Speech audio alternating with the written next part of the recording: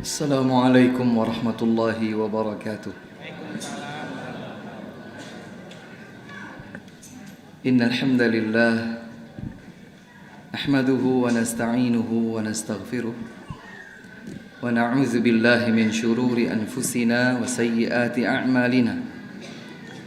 May yahdihillahu fala mudilla lahu wa may yudlil fala hadiya lahu.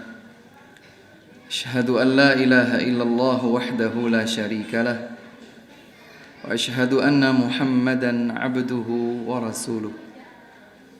Ya ayyuhalladzina amanu taqullaha haqqa tuqatih wa la tamutunna illa wa antum muslimun. Ya ayyuhan nasu taqu rabbakumul ladzi khalaqakum min nafsin wahidah wa khalaqa minha zawjaha وبث منهما رجالا كثيرا ونساء واتقوا الله الذي تساءلون به والأرحام إن الله كان عليكم رقيبا يا أيها الذين آمنوا اتقوا الله وقولوا قولا سديدا يصلح لكم أعمالكم ويغفر لكم ذنوبكم ومن يطع الله ورسوله فقد فاز فوزا عظيما ثم أما بعد معاشر الحاضرين والحاضرات جماعة صلاة maghrib Masjid Jabal Rahmah Kabupaten Pesisir Selatan rahimakumullahu jami'an. Para pemirsa Surau TV di mana saja berada, hafizakumullahu wa ra'akum. Alhamdulillah, segala puji hanyalah milik Allah subhanahu wa ta'ala yang telah mengumpulkan kita semua di salah satu di antara rumah-rumah Allah subhanahu wa ta'ala. Dan sambil menunggu datangnya waktu salat isya, kita dikumpulkan di majlis ilmu, majlis yang mulia di sisi Allah subhanahu wa ta'ala.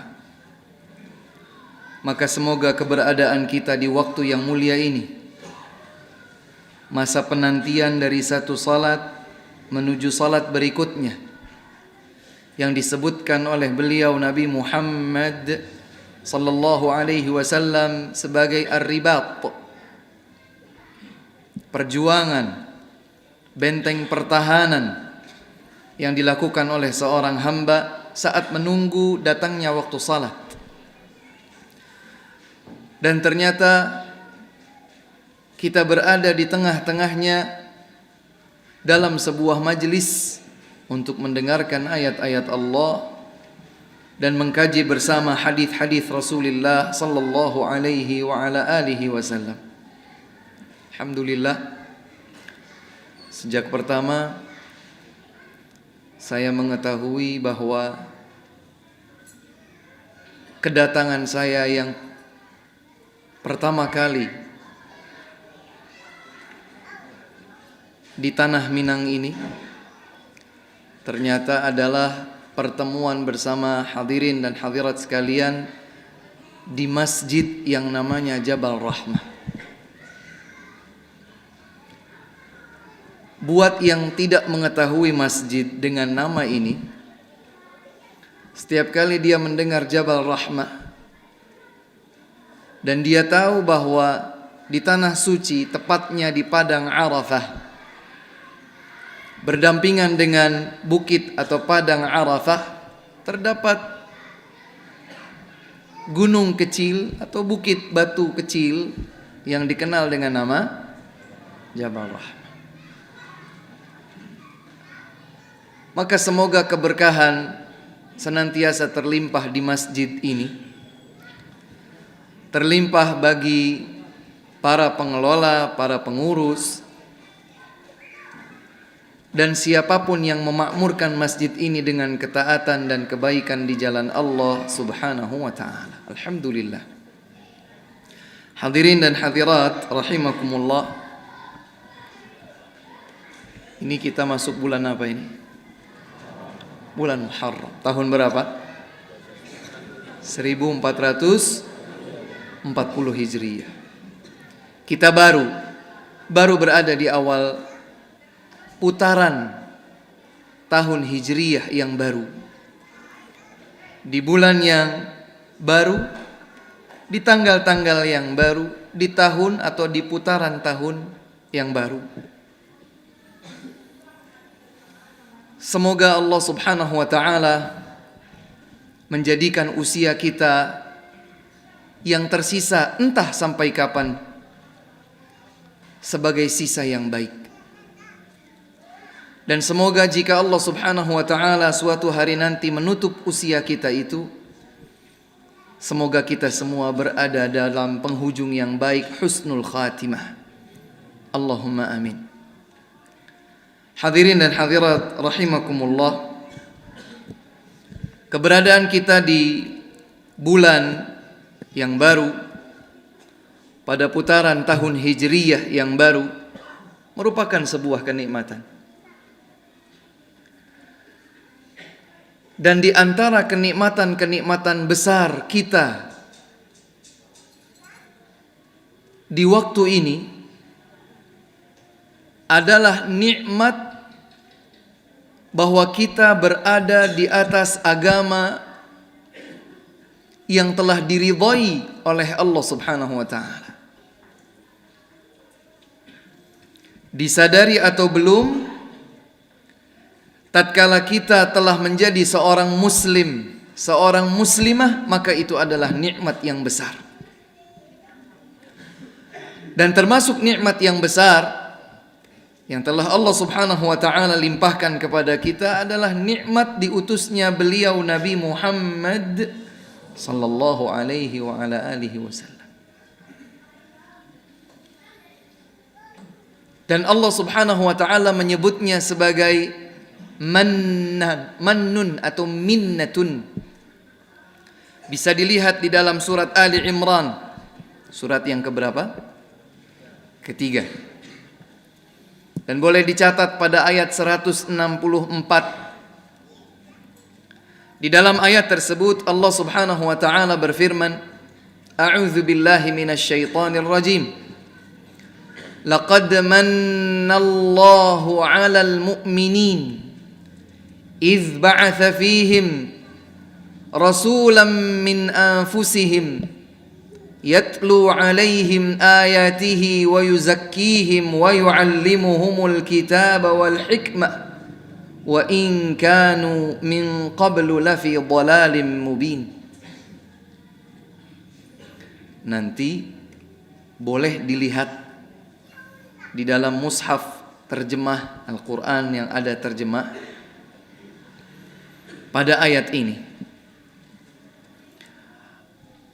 Jika di antara hadirin hadirat atau para pemirsa dimanapun berada sudah sedikit demi sedikit belajar bahasa Arab misalnya, boleh dilihat dalam berbagai tafsir, terutama tafsir-tafsir yang selalu mengedepankan riwayat-riwayat dari para sahabat radhiyallahu anhum di dalam memahami ayat-ayat Al-Quran. Semisal tafsir At-Tabari, tafsir Ibnu Katsir, dan selainnya. Di dalam ayat 164 surat Ali Imran, Allah Subhanahu wa ta'ala menyebutkan laqad mannallahu. Allah Subhanahu wa ta'ala telah memberikan anugerah minnah, anugerah yang besar, karunia yang agung. Apa karunia yang agung itu? Apa nikmat dan anugerah yang besar itu? Idz ba'atsa fihim rasulan min anfusihim. Anugerah besar yang Allah telah berikan kepada kita adalah diutusnya di tengah-tengah kaum mukminin seorang rasul dari kalangan mereka sendiri. Seorang rasul diutus, Allah sebut ini adalah anugerah. Allahu Akbar. Dan benar saja, silahkan ditarik mundur 1440 tahun yang silam, itu hitungan hijriyah. Berpindahnya Nabi SAW dari Mekah ke Madinah. Padahal sebelum berada di Madinah, beliau di Mekah berapa tahun? Lebih kurang 13 tahun. Berarti 1440 tahun plus 13 tahun. Jadi berapa? 1453 kurang lebih. Bagaimana keadaan kota kelahiran Nabi SAW saat itu? Bagaimana keadaannya? Jahiliyah.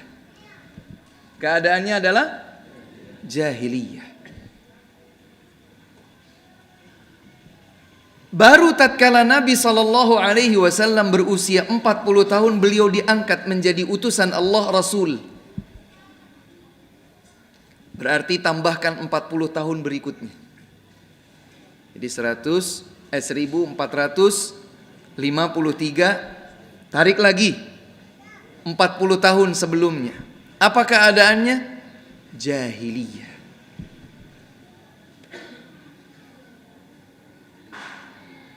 Maka Allah Subhanahu wa ta'ala mengutus seorang nabi, seorang rasul di tengah-tengah mereka. Min anfusihim, dari golongan mereka. Allah sebut ini sebagai anugerah. Sebab jika Allah tidak mengutus nabi dalam keadaan umat seperti itu pada umumnya jahiliyah, Allahu a'lam, barangkali kita pun masih dalam keadaan yang lebih kurang sama. Allah Subhanahu wa ta'ala di tengah-tengah masa jahiliyah saat itu mengutus seorang nabi. Dan beliau membawa misi 3 sekaligus. Yatlu alaihim ayatihi. Beliau membacakan untuk mereka, untuk manusia, ayat-ayatnya, ayat-ayat Allah Subhanahu wa ta'ala. Wa yuzakkihim, menyucikan mereka, membersihkan mereka, menuntun mereka untuk bersuci jiwa. Wa yu'allimuhumul kitaba wal hikmah, sekaligus mengajarkan kepada mereka Al-Quran dan Al-Hikmah, As-Sunnah. Wa in kanu min qablu lafi dhalalim mubin, sekalipun sebelumnya mereka dalam keadaan tersimpang jalan dengan kesimpangan yang nyata, terbelok arah jauh. Dengan diutusnya Nabi SAW, maka umat ini perlahan akan mendapatkan jalan yang lurus. Ingat dan dicatat, ini adalah anugerah. Ayat yang serupa maknanya Allah firmankan dalam surat Al-Jumu'ah ayat yang kedua. Maknanya lebih kurang sama, nanti bisa dilihat juga dalam surat Al-Jumu'ah ayat yang kedua. Allah Subhanahu wa ta'ala berfirman dengan makna yang lebih kurang sama. Dan ternyata Nabi kita ini spesial. Rasul yang Allah Subhanahu wa ta'ala utus di tengah-tengah kita ini adalah Rasul yang istimewa. Mengapa demikian? Allah Subhanahu wa ta'ala menyebutkan kesempurnaan yang ada pada Rasulullah Nabi Muhammad sallallahu alaihi wasallam. Dan alhamdulillah semua tercatat, terabadikan di dalam Al-Quran.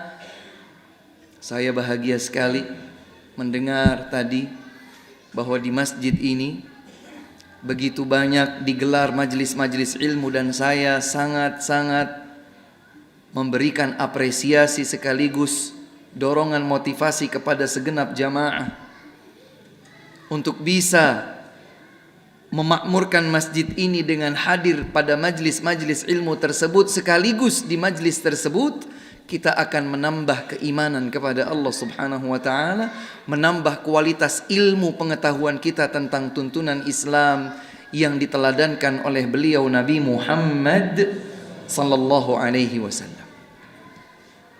Tadi waktu asar saya juga sempat salat berjamaah di sini, saya lihat luar biasa. Ya. Anak-anak usia SD sudah sejak dini mereka diajarkan tentang Islam, tentang prinsip-prinsip dasar Islam, tentang pokok-pokok ajaran agama Islam. Mereka juga berpenampilan dan berakhlak yang diajarkan semaksimal mungkin dengan tuntunan Islam.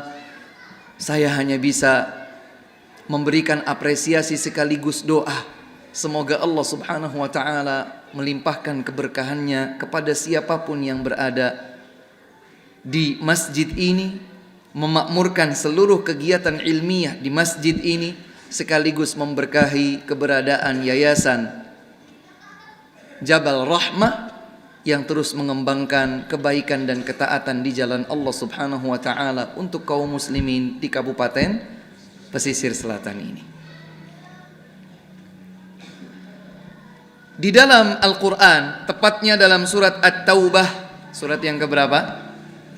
9. Satu-satunya surat yang kalau mau dibaca maka tidak perlu membaca basmalah. 114 surat dalam Al-Quran, untuk membacanya pertama kali setelah ta'awudz, a'udzu billahi minasyaitonir rajim, isti'adzah, maka sangat dianjurkan untuk membaca basmalah. Berbeda dengan surat At-Taubah, surat yang ke-9, di ayat 128 nanti bisa dilihat. Allah Subhanahu wa taala mengabadikan dalam sebuah ayat salah satu ayat di antara ayat-ayat lain mengungkapkan tentang keistimewaan Nabi yang telah diutus untuk umat di akhir zaman ini. Allah Subhanahu wa taala berfirman, Laqad ja'akum rasulun min anfusikum azizun 'alaihi ma 'anittum harisun 'alaikum bil mu'minina raufur rahim. Satu ayat yang menyebutkan sekaligus 4 sisi kenabian Rasulullah sallallahu alaihi wasallam. Yang pertama, Allah Subhanahu wa taala berfirman, laqad ja'akum rasulun min anfusikum. Telah datang kepada kalian rasul, utusan Allah Subhanahu wa taala. Beliau manusia biasa, Abdullah. Tapi perbedaan beliau dengan manusia biasa lainnya adalah beliau diangkat menjadi rasul karena Allah Subhanahu wa taala menurunkan wahyu kepadanya. Perbedaan setiap nabi, rasul dengan manusia biasa, mereka sama-sama manusia. Makanya disebutkan min anfusikum, dari kalangan kalian, dari manusia.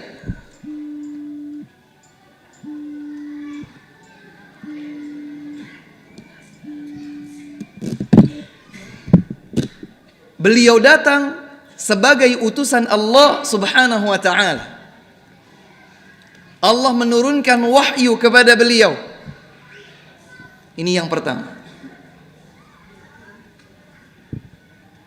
Dan nanti akan kami sebutkan ayat yang menjelaskan bahwa diutusnya beliau Nabi Muhammad sallallahu alaihi wasallam di umat akhir zaman ini bukan hanya untuk bangsa Arab saja. Catat ini baik-baik, nanti insya Allah kita sebutkan ayatnya. Dusta, keliru jika ada seseorang yang menyatakan, berstatement, menyampaikan bahwa Muhammad itu nabi untuk bangsa Arab. Dan ini dikembangkan oleh beberapa yang dianggap cendekiawan Islam. Ditokohkan, diacungkan jempol kepadanya. Ini seorang tokoh di kalangan kaum muslimin. Sayang, 1000 sayang. Beliau sampai kemudian menyatakan bahwa apa yang diajarkan oleh Nabi SAW itu hanya berlaku dulu di zamannya. Subhanallah. Nanti kita akan kembali ke poin itu insya Allah. Kita kembali ke ayat 128 dalam surat At-Taubah. Allah Subhanahu wa taala berfirman, laqad ja'akum min anfusikum rasulun. Laqad ja'akum rasulun min anfusikum. Telah datang seorang rasul membawa wahyu syariat Allah subhanahu wa ta'ala. Dan beliau berasal dari kalangan kalian. Beliau bukan malaikat. Beliau bukan Tuhan yang disembah. Beliau adalah manusia. Namun beliau mendapatkan wahyu dari Allah, maka beliau menjadi rasul utusan Allah subhanahu wa ta'ala. Abdullahi wa rasuluh. Hamba Allah tapi juga sekaligus utusan Allah subhanahu wa ta'ala. Ini yang pertama. Yang kedua, azizun alaihi ma'anittum. Beliau sangat merasa berat apa yang dirasa berat oleh kalian. Subhanallah. Jadi Nabi Muhammad sallallahu alaihi wasallam sangat memperhatikan, menyelami, berempati terhadap beratnya umat beliau. Berapa banyak tuntunan Islam yang pada akhirnya hanya bersifat anjuran, sebab jika tidak dan menjadi kewajiban pasti akan memberatkan umatnya. Misalnya Nabi bersabda, "Laula an asyqa ala ummati la amartuhum bis-siwaki 'inda kulli salah, 'inda kulli wudu." Kalau bukan kekhawatiranku membebankan umatku, niscaya aku akan perintahkan mereka untuk bersiwak setiap kali akan salat, setiap kali berwudu. Subhanallah. Coba bayangkan, seandainya perintah bersiwak berlaku bagi kita umat Nabi Muhammad SAW dengan hukum wajib setiap kali salat, setiap kali wudu, kira-kira berat atau tidak? Berat. Pertama karena kayu siwak itu tidak mudah didapatkan, terutama di negeri kita ini. Ada tumbuh kayu siwak di pesisir selatan ini. Mulai dikembangkan. Apa pohonnya, Pak? Oh ya. Kalau di sana, di Saudi Arabia misalnya, pohonnya itu disebut pohon arak. Alif ada hamzah di atas, ro, alif lagi, kemudian kaf. Pohon arak. Dari akarnya diambil untuk bersiwak. Kalau yang pernah umroh atau haji, biasa melihat di pelataran masjid itu, orang menggelar kain ya untuk menjual siwak-siwak. Bayangkan kalau siwak itu hukumnya wajib atas kita umat Nabi Muhammad sallallahu alaihi wasallam untuk dipakai setiap kali berwudu dan menjelang salat. Kira-kira berat atau tidak? Kayunya saja tidak ada. Tidak mungkin kita ganti dengan rotan. Kalaulah diganti dengan sikat gigi misalnya, bayangkan bahwa kita sikat gigi selain setelah makan, selain sebelum tidur, setiap kali sholat. Berat atau tidak? Azizun alaihi ma'anittum. Rasul yang Allah sebutkan ketika diutus merupakan anugerah. Beliau merasakan berat yang dirasakan oleh umatnya. Pertama kali kewajiban haji diturunkan, beliau Nabi Muhammad sallallahu alaihi wasallam bersabda, "Innallaha aftaradha 'alaikumul hajja fahujju." Beliau bersabda di hadapan para sahabatnya, sesungguhnya Allah Subhanahu wa taala telah menurunkan kewajiban haji, maka berhajilah kalian. Setelah beliau menyampaikan sabda hadis ini, ada seorang sahabat bertanya, "Afi kulli amin ya Rasulullah?" Rasul, apakah kewajiban itu berlaku setiap tahun? Semula Nabi terdiam. Kemudian beliau menyatakan, "Lau qultu na'am la wajabat wala mastata'tum." Seandainya aku jawab ya, maka itu akan menjadi wajib dan kalian tidak akan sanggup melakukannya. Bayangkan hadirin sekalian, seandainya haji itu hukumnya wajib setiap tahun pada diri setiap muslim dan muslimah, berat atau tidak? Dan bukan hanya berat bagi kita, berat bagi penyelenggara haji. Berapa jumlah kaum muslimin di dunia ini? Yang terbatas ini saja, berapa dari mereka yang selama putaran tawaf bisa cium Hajar Aswad? Dan bayangkan jika jumlah yang tawafnya itu seluruh kaum muslim. Apa yang akan terjadi? Subhanallah. Allah subhanahu wa ta'ala sayang kepada umat Nabi Muhammad sallallahu alaihi wasallam, plus Nabi Muhammad sallallahu alaihi wasallam sayang kepada umatnya, dan Allah menetapkan bahwa Nabi Muhammad sallallahu alaihi wasallam sangat merasakan empati jika umatnya merasakan berat. Allahu akbar. Maka jangan ragu-ragu, setiap kali mengetahui ada tuntunan dari Nabi Muhammad sallallahu alaihi wasallam, ambil, itu pasti yang terbaik. Jalankan, itu pasti jalan selamat. Belajar, terus belajar tentang tuntunan Islam yang diajarkan oleh Nabi Muhammad sallallahu alaihi wasallam, itu pasti yang terbaik. Kemudian yang ketiga, Allah subhanahu wa ta'ala menyebutkan harisun alaikum.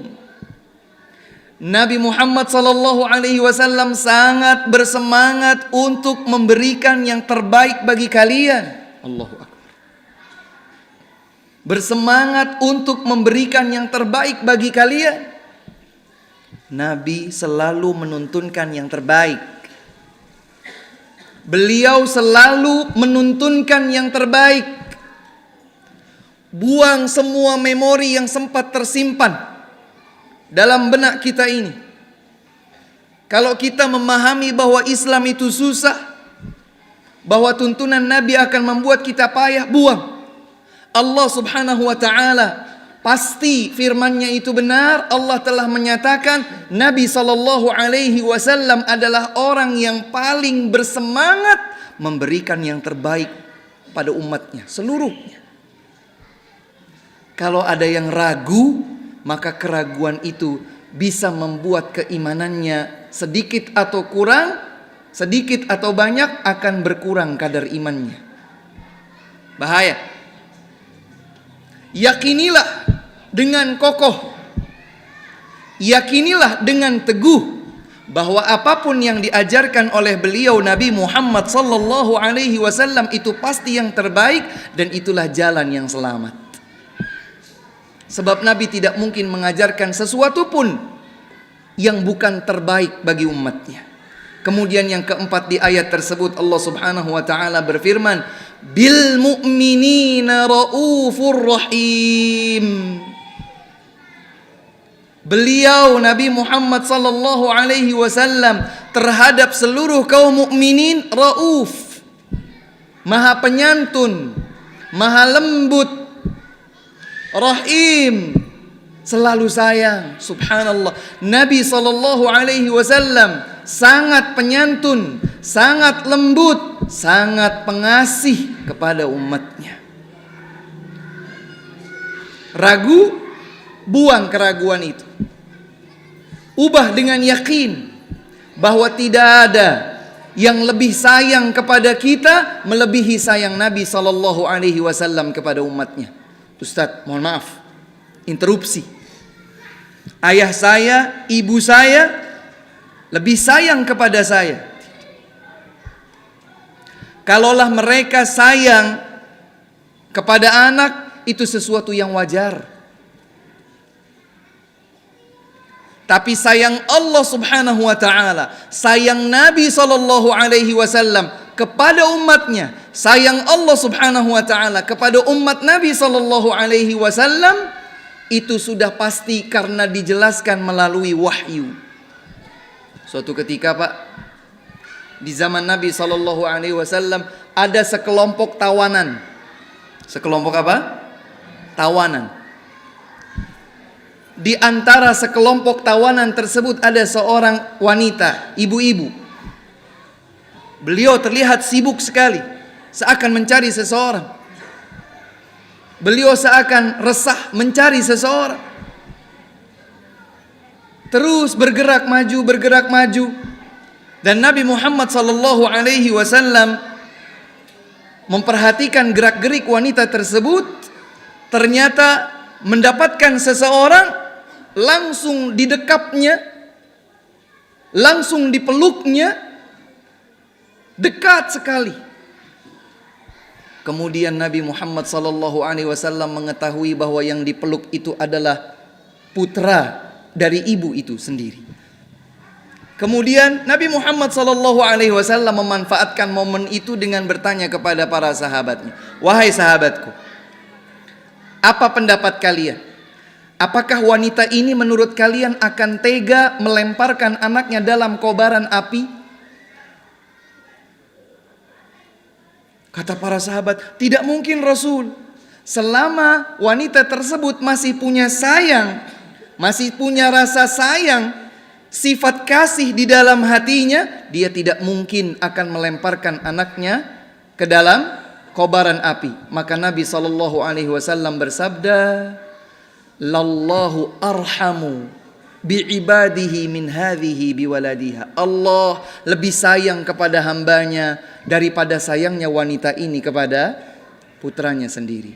Sudah masuk waktu salat Isya, insyaallah kita lanjutkan kembali. Wallahu taala a'lamu bis-shawab wa akhiru da'wana anil hamdulillahi rabbil alamin. Bismillahirrahmanirrahim. Alhamdulillahi rabbil alamin. Wal 'aqibatu lil muttaqin. ولا عدوان إلا على الظالمين أشهد أن لا إله إلا الله وحده لا شريك له إله الأولين والآخرين وأشهد أن نبينا محمدا عبده ورسوله المصطفى الأمين اللهم صل وسلم وبارك على عبدك ورسولك محمد صلى الله عليه وعلى آله وصحبه أجمعين ومن تبعهم بإحسان إلى يوم الدين. أما بعد, hadirin dan hadirat jamaah salat Isya Masjid Jabal Rahmah dan segenap para pemirsa Surau TV di mana saja berada, rahimakumullahu jami'an. Kita lanjutkan yang tadi kita kaji bersama, bahwa mengikuti tuntunan Nabi Muhammad sallallahu alaihi wasallam itulah satu-satunya jalan menuju selamat. Agar seorang hamba benar-benar berada di atas jalan yang selamat menuju Allah Subhanahu wa ta'ala, maka dia harus mengikuti semua yang dituntunkan oleh beliau Nabi Muhammad sallallahu alaihi wa ala alihi wasallam. Dan sebagaimana diketahui tadi, bahwa Allah Subhanahu wa ta'ala telah menjadikan Nabi Muhammad sallallahu alaihi wasallam sebagai nabi di akhir zaman, tidak hanya untuk kalangan bangsa Arab saja, tetapi risalah kenabian beliau berlaku untuk segenap alam semesta. Allah Subhanahu wa ta'ala berfirman dalam surat Al-Anbiya, surat yang ke-21, ayat 107. Di dalam ayat 107 surat Al-Anbiya, Allah Subhanahu wa ta'ala berfirman, "Wa ma arsalnaka illa rahmatan lil alamin." Tidaklah kami mengutus engkau wahai Muhammad sallallahu alaihi wasallam kecuali sebagai bentuk rahmah. Apa artinya rahmah? Kasih sayang. Maka diutusnya beliau Nabi Muhammad sallallahu alaihi wasallam itu merupakan rahmah dari Allah Subhanahu wa taala. Untuk siapa? Untuk bangsa Arab saja? Tidak. Lil alamin, Bahkan tidak hanya untuk manusia, bahkan untuk segenap alam semesta. Kalau kita ingin mengkaji lebih lanjut tentang ayat ini, nanti akan diketahui bahwa risalah Islam juga berlaku bahkan pada kalangan jin. Allah Subhanahu wa taala berfirman dalam surat Az-Zariyat ayat 56, "Wa ma khalaqtul jinna wal insa illa liya'budun." Maka perintah Nabi Muhammad sallallahu alaihi wasallam, ajakan beliau, dakwah beliau, tuntunan beliau, agar kita semua mengesahkan Allah Subhanahu wa taala, ini tidak hanya berlaku untuk manusia saja, bahkan untuk jin sekalipun. Dalam sebuah riwayat disebutkan, Pak, suatu ketika beliau Nabi Muhammad sallallahu alaihi wasallam membaca surat Ar-Rahman. Mungkin sebagian dari kita ada yang bahkan sudah menghafal surat Ar-Rahman.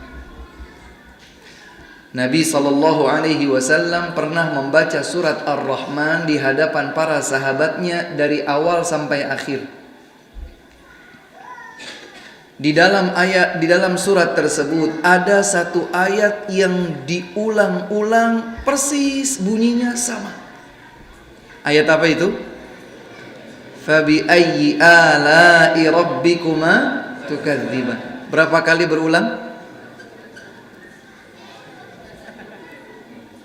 Berapa? 31 kali. Ayat ini berulang persis. Bunyinya, harakatnya semua sama. Fabi ayyi ala'i rabbikuma tukadziban. Sepanjang beliau membacakan surat Ar-Rahman dari awal sampai akhir dan terulang 31 kali ayat tersebut, sahabat semuanya diam mendengarkan dengan baik. Tapi kemudian Nabi bersabda, "Aku pernah membacakan surat ini kepada jin sebelumnya." Maksudnya sebelum aku bacakan kepada kalian wahai para sahabatku, aku telah membacakan surat ini kepada bangsa jin. Fakanu ahsana mardudan minkum. Tapi respon mereka lebih baik daripada respon kalian wahai para sahabatku. Kenapa demikian? Kata Nabi SAW lebih lanjut, setiap kali ayat yang terulang 31 kali ini dibacakan oleh Nabi, fabi ayyi ala'i rabbikuma tukadziban, maka dengan nikmat-nikmat Allah yang mana yang akan kalian dustakan? Nikmat mana yang akan kalian dustakan? Wahai kalian berdua. Kalian berdua yang dimaksud di sini adalah bangsa jin dan manusia. Ternyata sebanyak 31 kali itu pula para jin itu menjawab, "La, tidak ada ya Allah, tidak ada satu nikmat pun dari Engkau yang kami dustakan." Sementara manusia dibacakan ayat tersebut, dia. Sebagian yang lain, wallahu a'lam, bahkan bukan hanya diam, tidak paham. Sebagian yang lain lagi paham, tapi tidak menghiraukan. Nikmat lewat, sudah, begitu saja. Subhanallah. Maka Nabi Muhammad sallallahu alaihi wasallam diutus di akhir zaman, sejak beliau hidup, selesai masa kenabian beliau tertutup di usia beliau 63 tahun sampai sekarang dan sampai hari kiamat tiba, risalah Islam adalah rahmah, kasih sayang bagi seluruh alam semesta. Maka sekali lagi, bukan sebuah kebenaran jika ada yang berkata, apalagi meyakini bahwa Islam yang dibawa oleh Nabi hanya pantas untuk bangsa Arab saja, hanya berlaku untuk bangsa Arab saja. Tidak. Islam yang Allah turunkan kepada Nabi sallallahu alaihi wasallam untuk disampaikan kepada umat akhir zaman, itulah satu-satunya jalan selamat yang harus ditempuh jika seorang hamba ingin sampai di surga Allah Subhanahu wa taala. Dalam sebuah hadis yang diriwayatkan oleh Imam Muslim dari Abu Hurairah radhiyallahu anhu, Rasulullah sallallahu alaihi wasallam bersabda, "Kullu ummati yadkhuluna al-jannata illa man aba." Ini hadisnya pendek, Pak. Saya tidak kaget kalau hadis ini diajarkan kepada murid-murid di, ini nama sekolahnya apa di sini? SDIT Jabal Rahmah. Insya Allah saya tidak kaget kalau hadis ini termasuk yang diajarkan kepada mereka. Kenapa? Karena hadis ini memang layak untuk dijadikan sebagai prinsip hidup, kaidah abadi dalam kita menjalankan Islam. Apa hadisnya? Kullu ummati yadkhulunal jannata illa man aba. Perhatikan baik-baik. Nabi pernah bersabda, setiap umatku akan masuk surga kecuali yang menolak.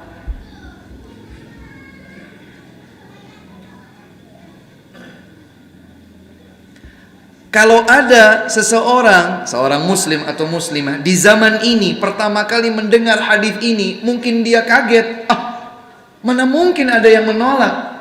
Seperti itu pula dahulu para sahabat terkaget ketika mendengar kullu ummati yadkhulunal jannah, setiap umatku akan masuk surga, tapi ada yang menolak.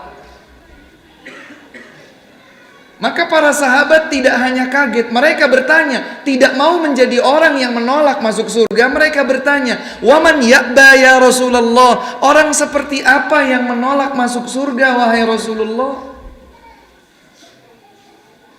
Pertanyaan itu dijawab oleh beliau Nabi Muhammad sallallahu alaihi wasallam. Yang tadi sudah disebutkan bahwa beliau adalah orang yang paling bersemangat memberikan terbaik untuk umatnya. Yang tadi disebutkan bahwa beliau orang yang paling merasakan berat apa yang dirasa berat bagi umatnya. Beliau menjawab dan jawaban beliau layak untuk ditulis bukan hanya dengan tinta emas, tapi dengan tinta darah dan air mata. Beliau menjawab, "Man ata'ani dakhala al-jannah, wa man 'asani faqad aba." Siapa saja yang taat kepadaku, menempuh jalanku, mengikuti tuntunanku, dialah umatku yang akan masuk surga. Allahu Akbar. Silahkan dipegang ini erat-erat, kencang-kencang dipegang. Dan Nabi Muhammad sallallahu alaihi wasallam tidak mungkin mengucapkan sesuatu yang dusta.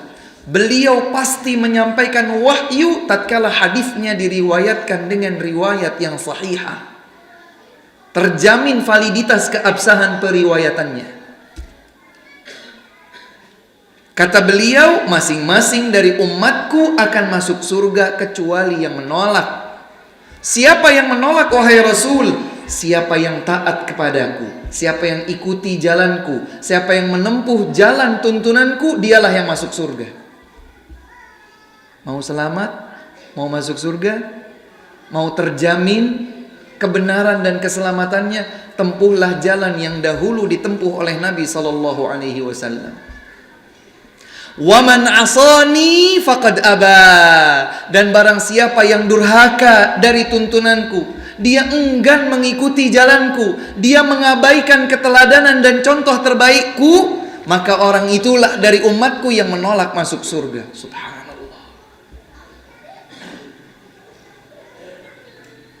Ustadz itu bukan hadis buatan Ustadz, bukan. Bisa di cross check validitas keabsahan periwayatan hadis ini. Bukan sembarang ucapan, tapi wahyu yang benar-benar diucapkan oleh beliau Nabi Muhammad sallallahu alaihi wasallam, orang yang paling mencintai kita.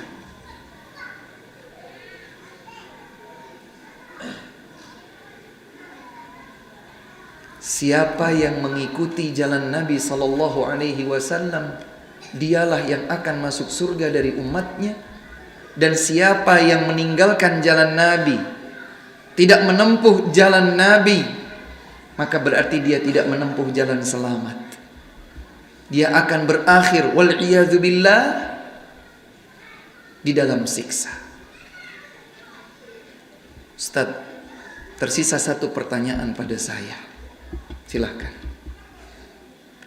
Nabi itu hidup sudah lama sekali. Lebih dari 14 abad. Apakah Islam yang dulu dijalankan oleh Nabi itulah yang Ustadz maksud untuk saya tempuh agar saya selamat? Jawabannya ya. Kenapa? Karena Islam tidak berubah. Islam tidak akan pernah usang. Islam tidak akan pernah berkurang. Islam tidak membutuhkan tambahan. Boleh dicatat lagi. Dalam surat Al-Ma'idah, surat yang keberapa? 5. Setelah An-Nisa, sebelum Al-An'am, surat Al-Ma'idah, ayat yang ketiga.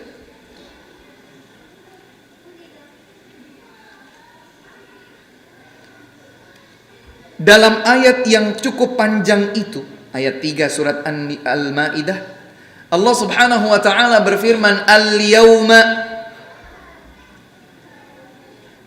di hari ini.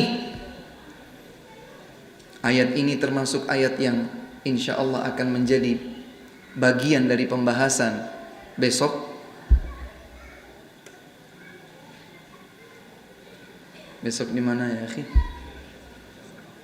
Di Padang ya? Di Jabal Rahmah? Boleh sampaikan sama panitia. Ayat ini diturunkan pada peristiwa bersejarah Haji Wada'. Itulah pertemuan besar-besaran yang terakhir antara Nabi dengan hampir seluruh di antara para sahabatnya. Pada tahun 10 Hijriyah, di tanggal 9 Dzulhijjah, di Padang Arafah, setelah waktu asar, Nabi SAW berada di atas unta beliau dan menyampaikan khutbah panjang di hadapan para sahabatnya. Dan dalam keadaan itulah, di antara yang beliau sampaikan adalah wahyu ayat Al-Quran surat Al-Ma'idah ayat ketiga ini. Al-yawma, hari ini, akmaltu, aku telah sempurnakan. Siapa yang mengatakan aku? Allah. Ayat itu ucapannya siapa? Firman Allah, wahyu dari Allah. Allah berfirman, aku telah menyempurnakan. Maka yang menyempurnakan adalah Allah. Subjek dari kata kerja menyempurnakan dalam ayat ini adalah Allah subhanahu wa ta'ala. Al-yawma, hari ini, aku, kata Allah, telah sempurnakan lakum, untuk kalian, dinakum, agama kalian ini, Islam. Risalah Islam yang telah dibawa oleh Nabi SAW telah disempurnakan oleh Allah. Siapa yang bisa meragukan kesempurnaan yang telah ditentukan oleh Allah?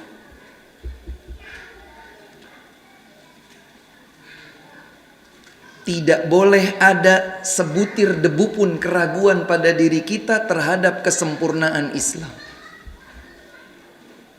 Jika ada, maka imannya bermasalah. Islam yang seperti apa Ustadz? Kita tidak punya Islam versi lain kecuali yang pernah diajarkan oleh Nabi Sallallahu Alaihi Wasallam. Seluruh umat Islam di dunia ini, sejak Nabi diutus sampai sekarang, sampai hari kiamat tiba, Islam tidak memiliki versi yang kedua.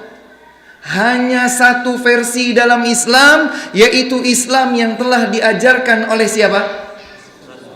Oleh Rasulullah Nabi Muhammad sallallahu alaihi wasallam. Di dalam riwayat Al-Bukhari dan Muslim, ada seorang Yahudi yang berkata kepada sahabat Umar ibnul Khattab radhiyallahu anhu. Siapa? Umar. Di masa pemerintahan Umar ibnul Khattab radhiyallahu anhu, berarti Rasulullah sallallahu alaihi wasallam masih hidup atau sudah wafat? Berarti Abu Bakar As-Siddiq radhiyallahu anhu masih hidup atau sudah wafat? Jadilah Umar sebagai khalifah, Amirul Mukminin. Seorang Yahudi atau beberapa orang Yahudi datang menjumpai Umar dan berkata, "Ya Amirul Mukminin, wahai Amirul Mukminin Umar, kami tahu kalian umat Islam membaca satu ayat dalam kitab suci kalian, Al-Quran, yang apabila ayat ini isinya adalah untuk agama kami, maka kami akan jadikan hari diturunkannya ayat tersebut sebagai hari raya." Ini ucapannya siapa? Kaum Yahudi. Perhatikan riwayat ini dengan baik. Berarti orang Yahudi tahu tentang Islam atau tidak? Yahudi tahu isi tentang Al-Quran atau tidak? Bahkan mereka membacanya. Jadi orang Yahudi ini mengatakan, "Wahai Amirul Mukminin, kami mengetahui satu ayat yang kalian baca pada kitab suci kalian. Seandainya ayat tersebut turun untuk kami kaum Yahudi, niscaya kami akan jadikan hari diturunkannya ayat tersebut, kami akan jadikan hari itu sebagai hari raya." Maka Umar ibn Khattab radhiyallahu ta'ala anhu bertanya, "Wa mahi?" Ayat apa itu? Yahudi tadi membacakan, "Al-yawma akmaltu lakum dinakum." Ayat 3 dalam surat Al-Maidah yang tadi kita baca. Hari ini, kata Allah, aku sempurnakan untuk kalian agama kalian. Coba lihat tadi ungkapan Yahudi. Yahudi berkata, seandainya ayat tersebut diturunkan untuk mereka, berarti anggaplah kalau mereka memahaminya, seandainya ayat itu diturunkan terhadap agama Yahudiyah, bahwa agama Yahudiyah telah disempurnakan oleh Allah, niscaya kata mereka, kami akan menjadikan hari diturunkannya ayat tersebut sebagai hari raya.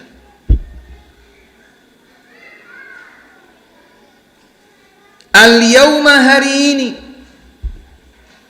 aku sempurnakan untuk kalian agama kalian, yaitu Islam. Allah yang sempurnakan Islam untuk kita umat Nabi Muhammad sallallahu alaihi wasallam. Wa atmamtu alaikum ni'mati, dan aku telah penuhi untuk kalian nikmatku. Subhanallah.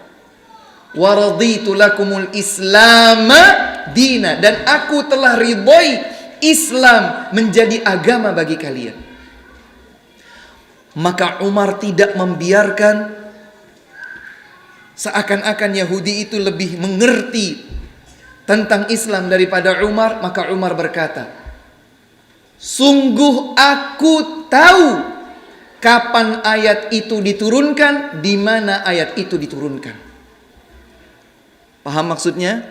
Jadi Umar menyatakan dengan penuh bangga, tegas, lugas, Aku bukan hanya tahu tentang ayat itu dan maknanya. Lebih daripada aku tahu tentang ayat itu dan maknanya, aku pun tahu di mana dan kapan ayat itu diturunkan. Kembalilah kemuliaan Islam dengan jawaban Umar. Kalian tidak menjadi mulia hanya karena kalian tahu ayat ini saja.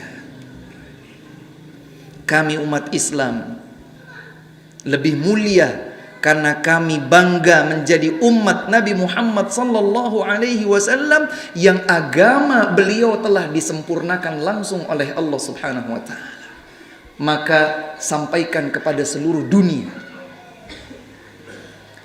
bahwa satu-satunya Islam yang akan membawa kita menuju titik selamat, berujung di surga, tidak lain, tidak bukan adalah Islam.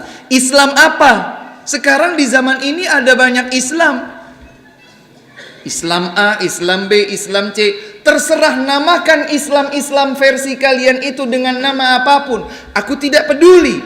Aku seorang Muslim. Aku telah mengucapkan 2 kalimat syahadat. Islam yang aku jalankan hanya Islam yang pernah diajarkan, dituntunkan, dibimbingkan oleh siapa? Rasulullah sallallahu alaihi wasallam. Maka jangan sedikit pun ragu. Dan karena kebetulan sejak awal kami melihat masjid ini kebetulan berdampingan langsung dengan sekolah dasar. Subhanallah, kebahagiaan tersendiri bagi kami. Karena memang mereka generasi penerus kita. Kita sebagai orang tua mereka.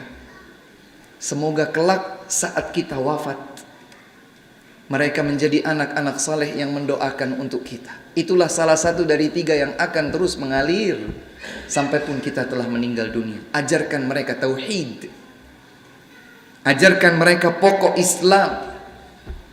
Jangan biarkan mereka mudah terombang-ambing dengan segala bentuk pemikiran baru, Islam gaya baru, judul-judul dan nama baru. Jadikan mereka sebagai generasi penerus kita yang menjalankan Islam sesuai dengan Islam yang pernah diajarkan oleh Nabi Muhammad sallallahu alaihi wasallam. Karena hanya Al-Quran melalui jalur beliaulah Islam berujung dan bermuara. Umat Islam hanya punya satu Al-Quran, Pak. Itulah Al-Quran yang diturunkan kepada beliau Nabi Muhammad sallallahu alaihi wasallam. Ustaz, tapi saya prihatin. Umat Islam kok berbeda-beda, kok berselisih, kok tidak kompak, kok berpisah-pisah. Kenapa ya Ustaz? Kira-kira ada pertanyaan itu dalam benak kita? Ada? Bukan saya yang menjawab, bukan Ustadz Fulan, bukan Kiai Fulan, bukan Tuan Guru Fulan. Yang menjawab pertanyaan itu adalah orang yang paling mencintai kita. Beliaulah Nabi Muhammad sallallahu alaihi wasallam. Boleh dicatat, diriwayatkan dengan jalur yang valid, sahih oleh Al-Imam At-Tirmidzi, Al-Imam Abu Dawud, Al-Imam Ahmad dan selainnya. Banyak para imam perawi hadis meriwayatkan jalur hadis ini yang berujung pada seorang sahabat Abu Najih Al-Irbad Ibnu Sariyah radhiyallahu anhu. Rasulullah sallallahu alaihi wasallam suatu ketika pernah berkhutbah di atas mimbarnya, menyampaikan mau'izah, menyampaikan nasihat yang begitu mendalam. Ini saya teringat saja berkaitan dengan mimbar. Kebetulan tadi sholat maghrib, sholat isya, saya persis di depan mimbar. Salah satu yang saya ingat adalah hadis yang diriwayatkan oleh Al-Bukhari dalam kitab sahihnya dari Jabir bin Abdullah radhiyallahu anhuma. Dulu mimbar Nabi sallallahu alaihi wasallam untuk pertama kalinya adalah batang pohon korma, Pak. Yang sudah dipotong. Kalau beliau ingin berkhutbah, maka beliau berkhutbah di atas mimbar. Seperti apa mimbarnya? Mimbar Rasulullah sallallahu alaihi wasallam pertama adalah batang pohon korma yang telah dipotong. Kalau beliau ingin berkhutbah di atas mimbar, beliau naik di atasnya. Tidak lama kemudian dibuatkanlah mimbar yang baru, memiliki beberapa anak tangga. Ketika dihadirkan mimbar yang baru, maka mimbar yang lama disisihkanlah dulu sedikit sebentar. Pertama kali Nabi SAW menyampaikan khutbah di atas mimbar yang baru, terdengar suara, dalam bahasa Arab disebut anin, suara tangisan, rengekan. Entah apa suaranya, Allahu a'lam. Maka Nabi SAW dan para sahabatnya mencoba untuk mencari sumber suara itu. Ternyata didapatkanlah suara itu berasal dari mimbar Nabi yang pertama tadi. Maka Nabi SAW turun dan mendekapnya sehingga suara itu terhenti. Kata beliau, seandainya tidak aku lakukan, niscaya suara itu akan terdengar sampai hari kiamat. Al-Hasanul Basri rahimahullahu ta'ala berkata, ini benda mati, tidak punya jantung. Tapi begitu ia ditinggalkan oleh Nabi SAW, bukan ditinggalkan berkilo-kilometer lamanya, jauhnya, atau ditinggal bertahun-tahun lamanya, tidak. Masih di dalam ruang yang sama, masjid beliau. Dia benda mati, tidak punya jantung. Tapi beliau merasa, mengapa Nabi SAW tidak lagi berada di atas diriku? Padahal kalau mimbar itu dipakai, artinya diapakan? Diinjak. Maka kata Al-Hasanul Basri, kalian yang punya jantung lebih berhak untuk cinta, kangen, rindu kepada beliau Nabi Muhammad sallallahu alaihi wasallam. Benda mati seperti ini saja luar biasa. Baik, kembali kepada hadis tadi. Nabi sallallahu alaihi wasallam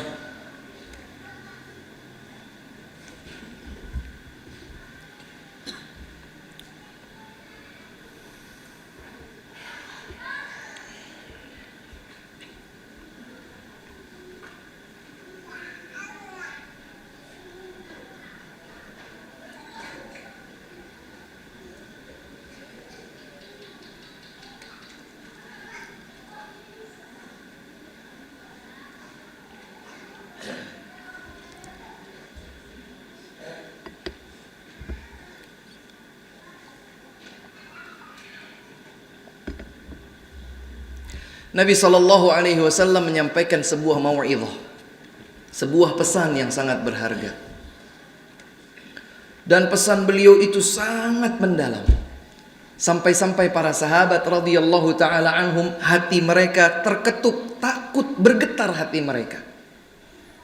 Dan lebih daripada itu mereka menangis. Nasihat yang sangat-sangat mendalam. Maka salah satu di antara sahabat memberanikan diri dan berkata, wahai Rasulullah, mau'izah yang engkau sampaikan ini mau'izah yang sangat menyentuh hati kami. Kami takut ini adalah mau'izah yang terakhir dalam hayatmu. Maka berikan kami wasiat. Berikan kami wasiat agar kami bisa berpegang dengan wasiat engkau. Kita tahu hadirin sekalian, seseorang itu ketika jelang wafatnya, biasanya beliau menyampaikan pesan-pesan. Dan biasanya pesan-pesan itu dianggap olehnya sebagai pesan-pesan yang berharga paling terakhir. Makanya orang sebut pesan-pesan seorang jelang meninggalnya itu disebut apa? Wasiat. Para sahabat menyatakan, wahai Rasulullah, titipkan pesan untuk kami. Wasiatkan kami. Maka beliau berkata, usikum bitaqwallah. Aku wasiatkan kepada kalian yang pertama adalah takwa kepada Allah Subhanahu wa taala. Was-sam'i wat-tha'ah. Aku wasiatkan kepada kalian untuk mendengar dan mentaati seorang pimpinan muslim. Wa in 'abdun habasyiyun, meskipun pemimpin kalian itu adalah seorang budak berkulit hitam berasal dari negeri Habasyah. Salah satu wilayah di benua Afrika, hitam. Sampai pun kalau pimpinan kalian itu secara fisikly, secara rupa, dia tidak rupawan, dia bukan orang yang menarik secara fisik, tapi dia adalah pimpinan kalian, dengarkan dan taati selama perintahnya bukan kemaksiatan kepada Allah Subhanahu wa ta'ala. Itu wasiat Nabi yang kedua. Kemudian wasiat yang ketiga, dan ini berhubungan dengan pembahasan kita sekarang. Kemudian beliau berkata, wa in ya'ish minkum, wa innahu man ya'ish minkum, siapa saja yang setelah aku wafat masih hidup, fasayara ikhtilafan katsira, dia pasti akan melihat banyak perbedaan, banyak perselisihan. Jadi kalau tadi kita bertanya, Ustadz, kaum muslimin itu banyak, di negeri kita banyak, tapi mengapa kok versinya beda-beda? Kenapa mereka tidak kompak? Ini Nabi menjawab bahwa memang perbedaan, perselisihan di tengah-tengah umat beliau sesuatu yang niscaya terjadi. Sebuah keniscayaan, sebuah ketentuan yang tidak bisa terelakkan. Perbedaan dan perselisihan itu terjadi. Oh begitu ya Ustaz? Iya. Lalu bagaimana? Apakah Nabi SAW membiarkan umatnya terpecah belah? Umatnya berselisih? Tidak. Kembalikan kepada ayat tadi. Nabi adalah orang yang paling sayang kepada umatnya. Beliau berkata, kalau di antara kalian seandainya setelah aku wafat masih hidup, kemudian dia melihat perselisihan yang banyak, perbedaan yang banyak, bukan sekedar ada, Nabi sebutkan katsira, banyak. Apa solusinya? Bagaimana jalan keluarnya? Fa'alaikum bisunnati. Maka hendaklah kalian mengambil tuntunan sunnahku. Jadi kalau kita sekarang ini semakin mendengar banyak sunnah, harus dipahami bahwa di antara makna sunnah adalah tuntunan Nabi SAW secara keseluruhan. Selama ini Pak, Ibu, kita di Indonesia umumnya paham sunnah itu adalah sebuah hukum fikih terhadap sebuah amalan. Kalau dikerjakan dapat pahala, kalau tak dikerjakan tidak berdosa. Itu sunnah, benar. Itu adalah salah satu makna sunnah. Ada makna sunnah yang jauh lebih prinsipil dari itu. Sunnah yang mana Ustaz? Ini yang disebutkan dalam hadis Al-Irbad, diriwayatkan oleh Abu Dawud, At-Tirmidzi, Imam Ahmad dan selainnya dengan sanad yang valid, sahih. Beliau bersabda, fa'alaikum bisunnati, hendaklah kalian mengambil seluruh tuntunan sunnahku, seluruh jalan yang pernah aku tempuh.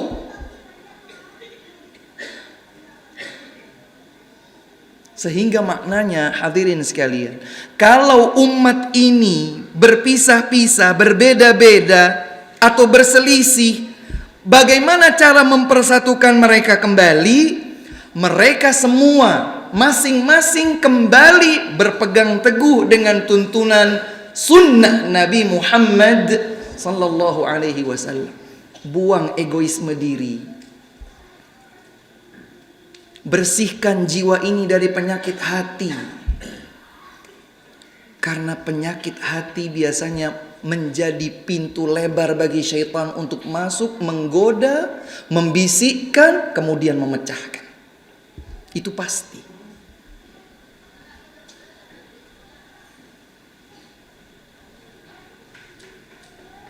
Jadi kalau ada 2 orang, 3 orang, 4 orang, sebuah komunitas baik, sudah bersatu di atas tuntunan sunnah Nabi SAW, jangan lalai. Ada musuh yang tidak terlihat oleh kasat mata, syaitan. Dia akan terus menggempur. Bagaimana agar persatuan tersebut tercerai-berai. Na'udzubillahi min dzalik. Dan tidaklah kekuatan itu menjadi runtuh kecuali setelah perpecahan di dalam hati mereka terjadi. Kalau bahasa orang manajemen organisatoris, biasanya bicara tentang bagaimana berorganisasi gitu ya. Biasanya ilustrasi yang sering disampaikan begini loh. Kalau satu lidi, tahu lidi ya? Satu lidi itu dipatahkan dengan mudahnya, nggak usah kita yang sudah dewasa, anak kecil pun bisa. Tapi kumpulkan lidi itu. Setelah terkumpul 300 lidi, ikat, kemudian patahkan. Ada yang mampu? Insya Allah dikasih hadiah sama panitia. Bersatu kuat. Dan peribahasa yang ada di dalam bahasa kita, bahasa Indonesia, bersatu kita teguh, bercerai kita runtuh, itu benar. Itu benar. Nabi SAW dalam hadis ini berpesan, fa'alaikum bisunnati. Kalian semua kalau menghadapi, melihat realita perselisihan, perbedaan yang banyak, kembalilah berpegang teguh dengan tuntunan sunnahku. Wa sunnatil khulafa'ir rasyidin al-mahdiyyin min ba'di.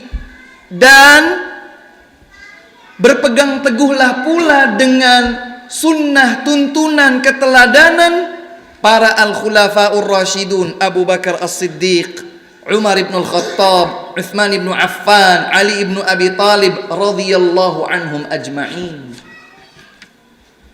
Makanya kalau ada di zaman sekarang dengan tampilan se-islamik apapun, dengan lisan semanis apapun, dia menampilkan Islam, tapi lisannya mencaci maki Abu Bakar, mencaci maki Umar, memurtadkan para sahabat, ini duri dalam daging.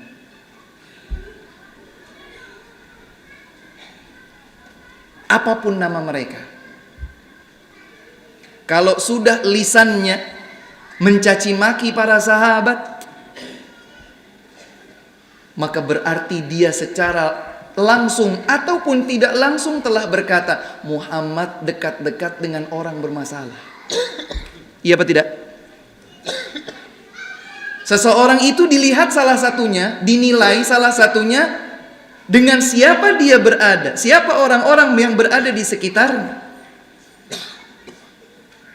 Jadi kalau oleh sebagian orang, Ibunda Aisyah radhiyallahu anha ummul mukminin dicaci maki, Hafsah radhiyallahu anha dicaci maki, Abu Bakar, Umar dicaci maki. Ini lisan orang yang sebetulnya dia adalah duri di dalam daging. Nabi SAW sudah jelas, tidak perlu ditafsirkan panjang-panjang. Beliau bersabda, kalau kalian melihat banyaknya perselisihan, perbedaan terjadi setelah aku meninggal dunia, maka hendaklah jalan keluar yang ditempuh untuk mencapai selamat adalah berpegang teguh, laksanakan komitmen di atas sunnah jalan Nabi SAW dan jalan para al-khulafa'ur rasyidun. Nabi menegaskan, tamassaku biha wa 'addu 'alaiha bin nawajidh. Berpegang teguhlah kalian erat-erat dengannya dan gigit dengan gigi-gigi geraham kalian. Subhanallah, sebuah ilustrasi luar biasa. Menggigit dengan gigi geraham. Seseorang kalau ingin mempertahankan sesuatu, biasanya beliau akan pegang. Tangan satu tidak kuat, tangan dua. Hanya dengan kedua tangan mungkin yang dipertahankan itu akan lepas. Dia tahan dengan kuda-kuda di kakinya. Dia kuatkan. Ternyata itu juga terlepas. Maka dengan apa? Kalau seseorang sudah tidak punya tangan, sudah tidak punya kaki, dengan apa seseorang akan mempertahankan sesuatu? Digigit. Di antara semua gigi, mana bagian gigi paling kuat untuk mempertahankan sesuatu? Maka Nabi Shallallahu Alaihi Wasallam mewasiatkan sampai seperti itu. Kalau ada yang pegang tuntunan sunnahnya ini separuh-separuh, ya oke lah, yang ini oke, yang ini jangan dulu, saya belum siap. Subhanallah.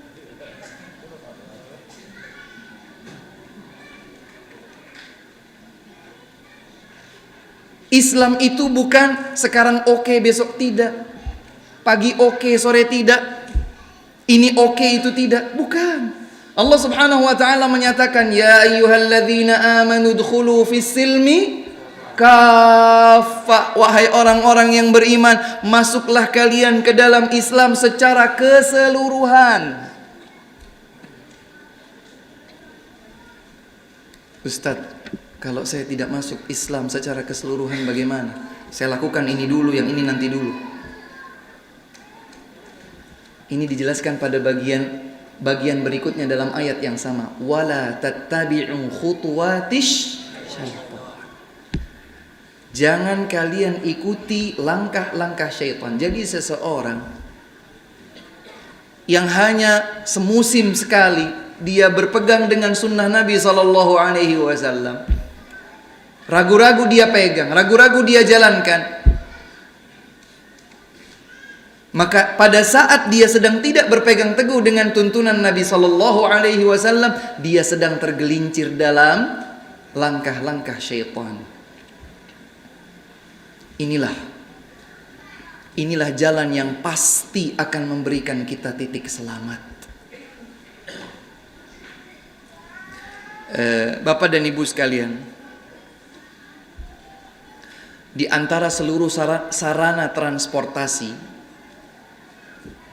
para pakar transportasi menyebutkan bahwa sarana transportasi dengan nilai resiko tinggi adalah pesawat terbang. Yang sudah pernah naik pesawat sudah bisa membayangkan. Coba diingat-ingat, pada saat kita naik pesawat, yang belum pernah naik pesawat, kami doakan semoga beliau segera naik pesawat untuk tiba di tanah suci. Allahumma amin. Ketika naik pesawat, dimanapun kita duduk, pasti tidak boleh tidak. Ini aturan sedunia. Pasti ada standar bagaimana saat kondisi tidak aman terjadi. Terjadi guncangan, terjadi kebakaran di bagian tertentu dalam pesawat misalnya. Maka diberikan panduannya. Nanti akan ada lampu petunjuk mana jalan pintu darurat terdekat. Kemudian di depan masing-masing kursi itu ada petunjuk dalam keadaan misalnya pesawat tergelincir di laut atau terhantam di bukit misalnya, ada prosedurnya. Bahkan lebih daripada itu, orang-orang yang duduk persis di samping jendela darurat ada prosedur tersendiri bagaimana supaya selamat. Disiapkan pelampung, cara penggunaannya pun khusus. Begini ya caranya. Tarik tuasnya, dia akan mengembung. Kalau tidak mengembung, ada second opinion, ditiup. Ketika itu sudah dilakukan, nanti kita tercebur di air, maka lampu akan menyala. Semua alat-alat elektronik harus ditinggalkan. Alas kaki yang mengganggu juga dilepas. Tidak boleh bawa apa-apa. Ini semua standar untuk sampai kepada titik apa tadi? Selamat. Bagaimana kalau seandainya ada penumpang di atas pesawat yang seharusnya memakai sabuk pengaman, dia tidak pakai? Ditegur atau tidak? Ditegur. Kalau tidak mau, diturunkan. Kamu bisa menyebabkan bahaya pesawat ini. Gara-gara kamu seorang, kamu akan membahayakan. Diulang-ulang pula di pesawat. Kami ulangi kembali bahwa pesawat ini adalah bebas asap rokok. Kalau ada yang mau merokok sembunyi-sembunyi di dalam kamar kecil, maka ada sensor. Asap itu akan tertangkap sensor, akan ada peringatan. Dan dijerat oleh undang-undang, resikonya ini dan itu. Ada yang merusak bagian-bagian di pesawat, subhanallah. Untuk mencapai titik selamat, terbang dari satu titik ke titik yang lain, sedemikian hebat dijelaskan. Bayangkan kalau kita ini sebetulnya sekarang sedang naik kendaraan menuju surga Allah subhanahu wa ta'ala. Apakah Islam akan membiarkan kita tidak selamat? Mustahil. Nabi Muhammad sallallahu alaihi wasallam adalah manusia yang paling cinta kepada kita umatnya. Maka beliau ajarkan segala sesuatu. Bahkan segala sesuatu itu telah diabadikan dalam Al-Quran sempurna. Jangan ragu. Subhanallah. Maka buang keraguan. Mantapkan diri. Kokohkan langkah ini. Saya sebentar lagi wafat. Wallahu a'lam kapan. Sekarang masih hidup. Rata-rata usia umat Nabi sallallahu alaihi wasallam 60-70 tahun, tapi tidak pasti. Tidak ada jaminan. Mungkin besok, mungkin 3 hari ke depan, mungkin pekan depan, mungkin bulan depan, Allahu a'lam. Kalaulah seandainya masih ada waktu yang tersisa, Ustadz, waktu tersisa saya tidak tahu kapan. Saya mau selamat Ustadz, saya mau masuk surga. Tidak harus kita yang menjawab. Ini ayat, ini hadis, semua menjawab pertanyaan kita bagaimana caranya untuk bisa sampai kepada titik selamat. Tidak ada jalan yang lain. Tempuhlah jalan selamat itu. Dan itulah jalan yang telah diajarkan sedemikian indahnya oleh beliau Nabi tercinta Nabi Muhammad sallallahu alaihi wa ala alihi wasallam. Yang terakhir, sebetulnya masih sangat banyak ayat hadis yang berkaitan dengan pembahasan kita, tetapi kami sampaikan hadis yang terakhir, yaitu hadis yang diriwayatkan oleh At-Tirmidzi, Ibnu Majah, Ahmad, Ad-Darimi, Ibnu Hibban. Banyak sekali jalur periwayatan dari sahabat mulia Abdullah ibnu Mas'ud radhiyallahu anhu. Suatu hari Nabi sallallahu alaihi wasallam membuat sebuah garis. Besar kemungkinan beliau buat garis itu di dalam masjid karena disaksikan oleh para sahabat. Dan perlu diketahui atau diingat bahwa masjid Nabi sallallahu alaihi wasallam dahulu adalah pasir. Tidak ada lantainya, apalagi karpet seperti yang ada di zaman kita sekarang ini. Khatta lana Rasulullah sallallahu alaihi wasallam khattan mustaqiman. Nabi Muhammad sallallahu alaihi wasallam membuat satu garis, satu khattan mustaqiman, satu garis yang lurus. Wa khatta khututan an yaminihi wa an yasarih. Dan beliau membuat garis-garis yang banyak di samping kanan dan samping kirinya. Terbayangkan? Terbayangkan insyaallah. Satu garis lurus, satu. Kemudian beliau bikin garis-garis yang banyak di sebelah kanan dan di sebelah kiri, satu garis lurus tersebut. Terpahami? Kemudian Rasulullah sallallahu alaihi wasallam, hadza sabilullah. Inilah jalan Allah subhanahu wa ta'ala. wa hadhihi subul, dan ini jalan-jalan yang ada di samping kanan dan di samping kiri. Ala kulli sabilin minhu syaitanun yad'u ilaih. Pada setiap jalan-jalan di samping kanan dan kiri tersebut ada syaitan yang menarik-narik anak cucu Adam untuk tergelincir masuk ke dalamnya. Kemudian Rasulullah sallallahu alaihi wasallam membacakan firman Allah Subhanahu wa taala. Boleh dicatat surat Al-An'am surat yang ke-6 ayat 153. Surat Al-An'am ayat 153. Ayat apa yang Nabi bacakan setelah beliau menggambar garis lurus tersebut? Beliau membacakan firman Allah Subhanahu wa taala, "Wa anna hadza sirati mustaqima." Dan inilah jalanku yang lurus. Fattabi'uh. Maka ikutilah jalan satu yang lurus itu. Wala tattabi'is subul. Jangan ikuti jalan-jalan yang lain. Fatafarraqa bikum an sabilih. Akibatnya kalau kalian ikuti jalan yang banyak tersebut, kalian akan tercerai-berai, terpisah-pisah dari jalan Allah yang lurus tadi. Allahu Akbar. Kira-kira sudah jelas semuanya. Jelas, terang, benderang.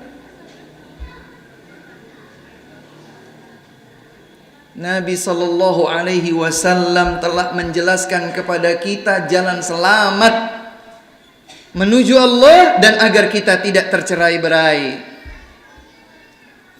Kalau perselisihan terjadi, perbedaan pandang ini itu mungkin terjadi, maka solusinya sudah disampaikan dengan jelas. Kembalilah kepada sunnah Nabi sallallahu alaihi wasallam. Semua yang beliau sampaikan, baik dalam ayat Al-Quran atau dalam hadis beliau, dalam contoh perbuatan beliau, itulah yang akan menjadi standar pemersatu umat ini. Karena cuma satu, maka ikutilah. Insya Allah tidak akan tercerai-berai. Ustadz, banyak orang mengaku iya ini ayat Al-Quran, ini hadis, semua ingin kembali kepada Quran, semua kembali kepada hadis, tapi kok juga masih berbeda-beda. Seragamkan itu dengan pemahaman yang benar dan lurus terhadap ayat Al-Quran dan hadis Nabi. Pemahamannya siapa Ustadz? Pemahaman para sahabat Rasulullah sallallahu alaihi wasallam. Kok begitu? Iya. Kenapa Ustadz? Mereka adalah manusia pilihan pendamping Rasul. Di zaman mereka lah Al-Quran turun. Di zaman mereka dan di hadapan mereka lah hadis disabdakan. Mereka adalah orang yang paling paham makna setiap ayat, makna setiap hadis. Oleh karena itu para sahabat berkata, kami dulu ketika mempelajari Al-Quran 10 ayat, kami tidak akan berpindah kepada ayat yang lain sebelum kami benar-benar memahami dan mengamalkan dengan baik. Makanya mohon maaf Bapak dan Ibu sekalian, di zaman kita ini, mohon maaf sekali lagi, bukan jarang yang hafal 30 juz tetapi dirinya belum mencerminkan Al-Quran. Kira-kira betul atau tidak? Semakin banyak sekarang yang menghafalkan Al-Quran. Tapi kenapa mereka tidak bisa mencerminkan Al-Quran? Karena mereka tidak memahaminya. Atau mereka memahaminya tetapi dengan pemahaman sesuka dirinya. Sebagai salah satu contoh di antara sekian banyak contoh. Ada pasangan muda-mudi berhubungan, menjalin hubungan. Dulu di zaman orang tua kita muda itu namanya pacaran. Zaman sekarang istilah itu berubah menjadi ta'aruf. Bahasanya keren, Islami. Bukan sekedar bahasanya Islami, diambilkan dalil. Disebutkanlah ayat dalam surat Al-Hujurat, ya ayyuhan nas, wahai segenap manusia, inna khalaqnakum min dzakarin wa untha, kami ciptakan kalian semua dari seorang laki-laki, dari seorang perempuan. Wa ja'alnakum syu'uban wa qabail, kami jadikan kalian bersuku-suku, berkabilah-kabilah. Lita'arafu, untuk saling kenal. Tuh Ustaz, bentuknya perintah, kita disuruh pacaran. Innalillah. Pemahamannya siapa nak? Loh jelas Ustaz, jelas dari mana? Ini sebuah fenomena dan bukan fiktif. Ini nyata Pak. Nyata. Padahal kita tahu bahwa muda-mudi yang menjalin hubungan di luar nikah kira-kira akan berujung apa? Kira-kira saja Pak. Zaman orang tua kita dulu, mereka itu sangat merasa aib kalau seandainya anaknya, apakah laki-laki apalagi perempuan, terbukti berzina sebelum menikah. Aib. Bahkan tidak jarang dari mereka yang mengusir, bapak kehilangan satu anak, pergi kamu, jangan perlihatkan wajahmu lagi kepada ayahmu, pergi. Kenapa? Aib dulu. Sekarang ya begitulah Ustaz, anak muda. Subhanallah. Dan untuk pemahaman-pemahaman seperti ini ada orang-orang yang getol memproduksi, mempermainkan makna ayat Pak. Dibuat itu, kemudian disebarluaskan melalui berbagai media. Maka jangan salah, di zaman ini sudah semakin banyak orang-orang yang bicara atas nama Islam. Sayang seribu sayang, dia pahami Islam dengan pemahaman dangkal pikirannya sendiri. Loh ini kan ayatnya jelas Ustaz. Iya, pahamnya siapa? Paham saya. Loh kok bisa? Ya kan kita diberikan akal pikiran Ustaz untuk memahami, saya paham. Jadi di dalam ayat ini saya disuruh pacaran dulu sebelum menikah. Allahu Akbar. Rasa-rasanya kalau tidak malu meneteskan air mata, kita akan menangis di hadapan dia. Ya Allah nak, kasihan sekali engkau. Ini sudah disinyalir sejak dulu. Nabi SAW telah menyebutkan perbedaan bahkan perselisihan akan terjadi setelah aku meninggal dunia. Lebih daripada itu, semakin jauh jaraknya terpaut dengan hidup Nabi SAW, maka semakin mungkin penyelewengan terjadi terhadap paham-paham Islam. Solusinya, tempuh jalan semangat dengan berpegang teguh. Sudah Pak, tidak perlu toleh-toleh kanan kiri, sudah terus. Ustaz, tapi tantangannya berat. Sabar, ayo jalan lagi. Sama seperti tadi naik pesawat itu. Mau selamat ketika pesawat itu mengalami guncangan. Jangankan kita, awak pesawatnya, petugasnya itu, dia sendiri juga pakai sabuk pengaman dan semua bentuk pengamanan. Sabar. Sabar terus. Kalau mau selamat, minimalnya bayangkan ketika terjadi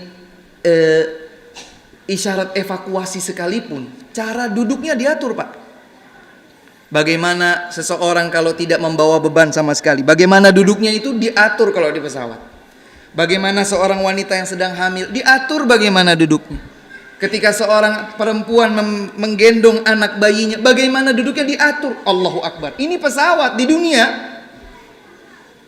Bagaimana dengan menjalankan agama yang hasil akhirnya itu hanya satu di antara dua pilihan. Kalau bukan surga, mau main-main dengan ini?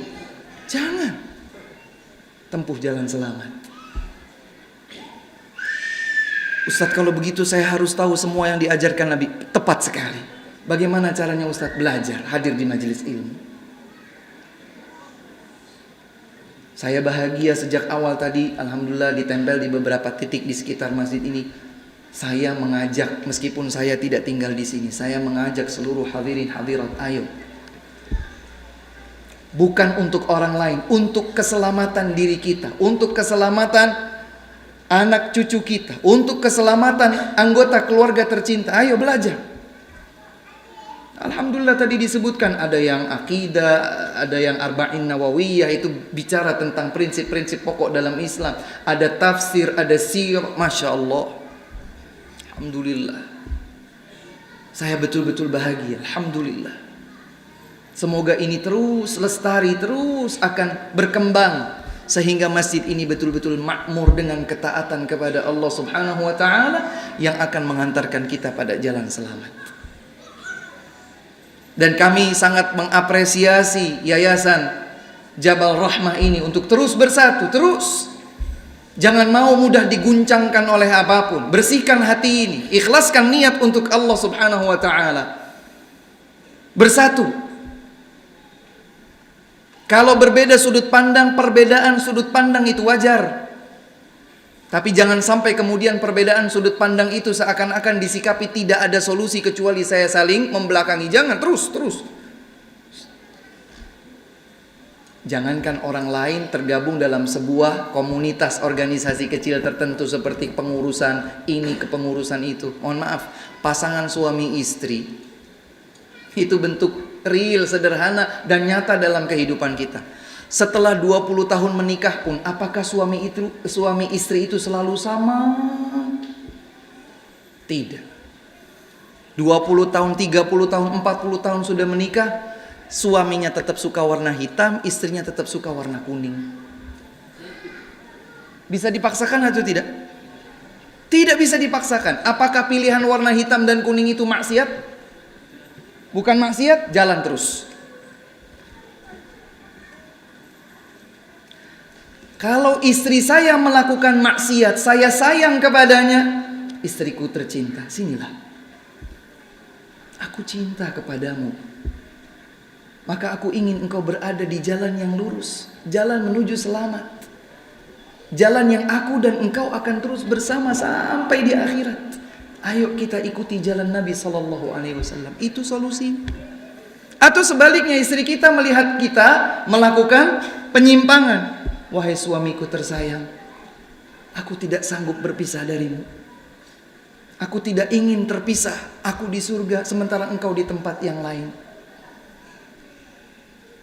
Ayo kita sama-sama kembali. Begitu caranya. Saya tidak yakin kalau pasangan suami istri berbeda, sudah sekarang kita cerai, besok nikah lagi.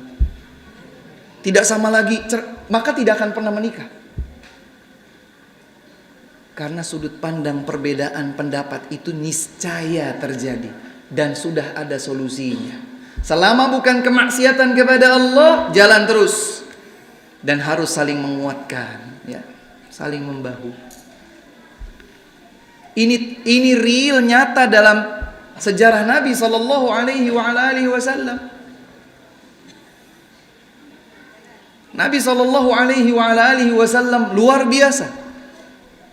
Kalau orang organisatoris sejati, dia baca sejarah Nabi utuh, yang valid, sejarah Nabi yang valid utuh dia baca, dia akan berkata Nabi SAW adalah leader terbaik, the real leader, pemimpin terbaik, organisatoris terbaik, orang yang paling berakhlak mulia terbaik. Semua kebaikan ada pada diri beliau. Sudah, enggak usah cari pilihan yang lain. Nabi SAW, imamku, dimanapun aku berada, kapanpun, bersama siapapun, dalam keadaan apapun. Maka semoga Allah Subhanahu wa ta'ala mengokohkan kita semua di atas kebenaran. Semoga Allah Subhanahu wa ta'ala mewafatkan kita di atas tuntunan sunnah Nabi Muhammad sallallahu alaihi wa ala alihi wa sahbihi wasallam. Ini yang dapat kami sampaikan, kurang dan lebihnya kami mohon maaf. Wallahu ta'ala a'la wa a'lamu bis-shawab. Wa akhiru da'wana anil hamdulillahi rabbil alamin.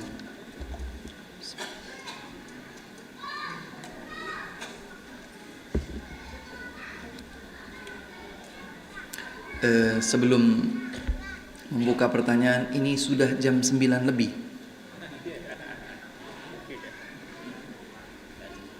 Masalah atau tidak masalah? Tidak apa-apa dilanjutkan atau apa-apa jika dilanjutkan? Dilanjutkan? Dengan kesepakatan insyaallah. Saya takut membebani kalau waktunya lebih. Terus atau tidak? Lanjut? Baik, bismillah. Jazakumullah khair.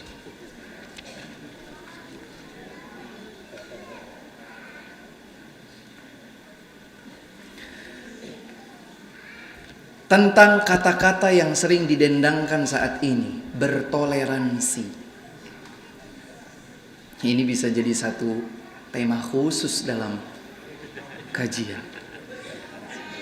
Islam yang diajarkan oleh Nabi Muhammad sallallahu alaihi wasallam adalah agama dan Islam yang paling toleransi. Tapi ingat, toleransi pun ada batasannya. Contoh, orang, katakanlah di hadapan kita ada seseorang, dialah orang yang paling ditokohkan di dunia ini sebagai tokoh toleransi nomor 1. Anggaplah saja begitu. Ini ada di hadapan kita seseorang berdiri, inilah pionir toleransi sedunia. Pertanyaannya adalah, apakah toleransi yang diusungnya, yang dibawanya adalah toleransi tanpa batas? Yang artinya setiap orang tiba-tiba pukul wajahnya, toleransi. Seseorang tiba-tiba ingin masuk rumahnya jam 12 malam dari jendela dan ambil hartanya. Oh, toleransi saja.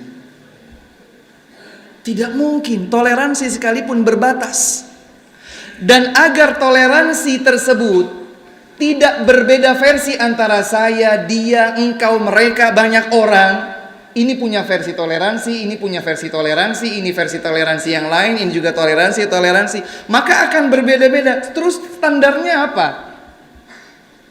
Maka Islam menyeragamkan toleransi agar tidak terlalu berlebihan dan tidak juga kurang.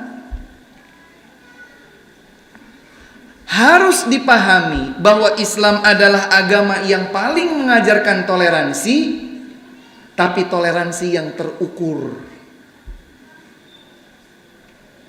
Toleransi yang terukur. Memberikan toleransi kalau tidak terukur, justru yang terjadi adalah kezaliman. Ustadz, maksudnya toleransi itu adalah bolehlah berbeda-beda sedikit, jangan sampai saling memusuhi. Benar. Tidak boleh kita berbeda sehingga menyebabkan kita tercerai-berai. Tapi permasalahan perbedaan itu ada yang pokok, ada yang cabang.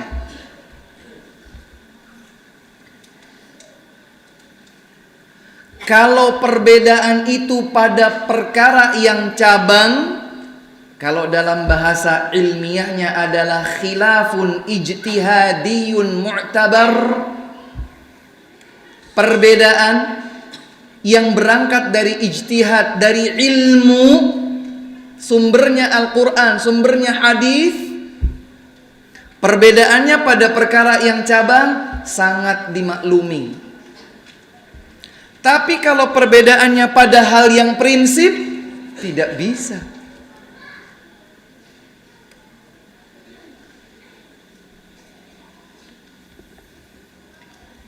Ada 2 orang insinyur membangun masjid. 2 insinyur gabung jadi satu, bikin masjid.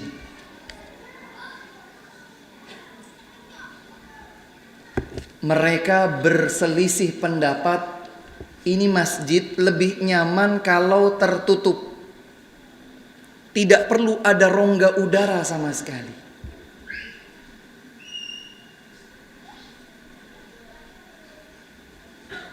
Kira-kira perselisihan pendapat tersebut akan kita bilang itu perselisihan yang benar atau perselisihan yang ngawur? Tahu ngawur? Apa bahasa Minangnya ngawur itu? Nggak ada ya? Apa? Kalau saya ulangi, kalau ada dua insinyur arsitektur membangun masjid, mereka jadi satu tim, berselisih.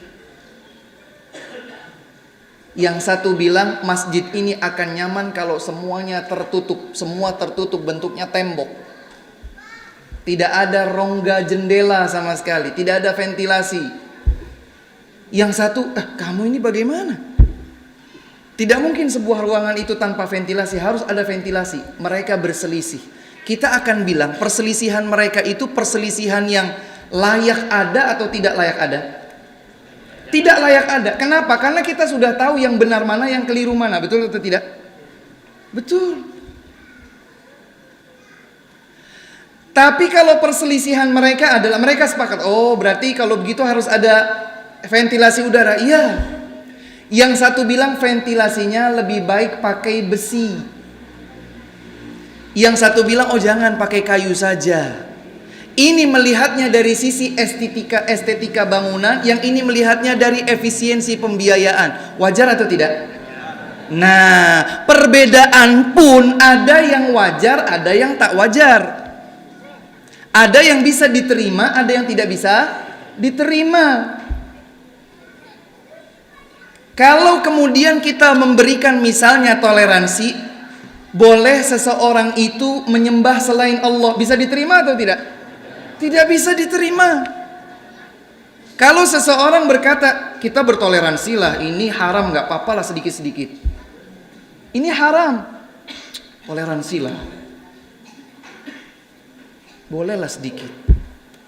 Ini hukum Allah. Ini bukan tawar-menawar harga di pasar. Kalau Allah bilang A, tidak mungkin kita bilang A minus. A, B, B. Ada yang bisa ditawar, ada yang tidak bisa ditawar. Maka toleransi yang boleh ada di dalam Islam adalah toleransi pada lingkup perkara fikih ijtihadi yang ilmi. Tapi kalau perbedaannya misalnya pada hal-hal yang prinsip, enggak, maaf, ini tidak bisa diterima. Contohnya apa Ustaz? Contohnya mengatakan bahwa Al-Quran belum lengkap.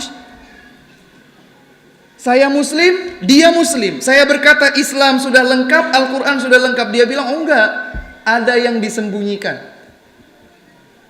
Saya tidak bisa terima. Dan layak perbedaan itu untuk diseriusi, untuk dicari titik pangkalnya. Siapa yang benar, siapa yang keliru. Paham maksudnya? Maka inilah toleransi. Islam adalah agama yang paling mengajarkan toleransi, namun toleransi yang terukur. Toleransi yang dapat dipertanggungjawabkan atas dasar ilmu berdasarkan Al-Quran dan hadis-hadis Nabi Muhammad sallallahu alaihi wasallam. Wallahu a'lam. Ustadz, bagaimana cara membedakan da'i yang mengajak kepada sunnah Nabi dan yang mengajak kepada selain sunnah Nabi? Ya jelas, kembalilah kepada tuntunan Nabi. Itu berarti ngajak kepada Nabi. Mungkin maksudnya adalah apa pembeda yang betul-betul menjadi indikator nyata. Seorang da'i yang mengajak umat kembali kepada sunnah Nabi Sallallahu Alaihi Wasallam adalah mereka yang setiap kali berkata atas nama Islam, maka sebutkan ayat, sebutkan hadis, dan dengan pemahaman yang lurus, yaitu pemahaman generasi terbaik umat Islam, para sahabat Rasulullah Sallallahu Alaihi Wasallam, serta siapapun yang akan bermuara kepada pemahaman para sahabat. itu jelas akan menjadi pembeda. Seperti tadi contohnya, sama-sama menukilkan ayat, tapi yang ini ayatnya dibawa ke utara, yang ini dibawa ke selatan, yang ini dibawa ke barat, yang ini dibawa ke timur. Sebentar, ayatnya satu, kenapa yang ini ke utara, ini ke selatan? Harusnya kalau memang ayat ini arahnya ke utara, kita bawa sama-sama ke utara, sesuai dengan pemahaman para sahabat radhiyallahu taala anhum dan semua yang meniti jejak bermuara sampai ke mereka. Kalau dai mengajarkan kepada Islam yang seperti itu, itulah dai yang mengajak kepada sunnah Nabi sallallahu alaihi wasallam. Jika asal bicara dan ini sudah semakin banyak, maka bahaya. Ustaz termasuk yang mana? Saya tidak bisa menjustifikasi atau mengklaim diri saya sendiri. Silahkan buktikan bahwa setiap yang diucapkan, siapapun dai-nya, siapapun ustadznya, siapapun penyerunya, dia mengajak kepada Al-Quran, dia mengajak kepada sunnah Nabi SAW, namun yang dipahami sesuai dengan pemahaman lurus para sahabat radhiyallahu anhum. Dan Nabi SAW bersabda bahwa akan terjadi pada umat beliau tahun-tahun yang menipu. Apa itu Ustaz? Nabi bersabda, yusaddaqu fiha al-kadhibu wa yukadzabu fiha as-sadiqu. Di zaman tersebut orang-orang yang berdusta akan dianggap jujur, tapi orang-orang yang jujur justru dinilai berdusta. Yukhawwanu fiha al-amin wa yu'tamanu fiha al-kha'in. Yang pengkhianat dititipkan banyak-banyak amanah kepadanya. Sementara orang-orang yang pandai menjaga amanah dengan baik, ternyata dia dianggap berkhianat. Subhanallah.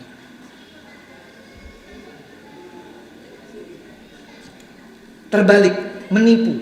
Kemudian di akhir hadis itu beliau menyatakan, wa yantiqu fiha ruwaibidah. Mulailah angkat bicara orang-orang yang tergolong ruwaibidah. Para sahabat bertanya, siapakah ruwaibidah itu wahai Rasul? Beliau menjawab, rajulun tafihun yatakallamu fi amril ammah. Orang yang dangkal ilmu agama, orang yang tidak perhatian dengan kesucian dan kemurnian agama, tapi dia selalu angkat bicara atas nama orang banyak tentang Islam. Maka kita harus berhati-hati. Kita semua sama. Saya harus bertanggung jawab atas yang saya ucapkan, yang saya pelajari, yang saya amalkan, yang saya dakwahkan. Kita semua sama. Maka kita semua kembali kepada pemahaman yang benar, yaitu pemahaman para sahabat radhiyallahu anhum jami'an. Wallahu a'lam.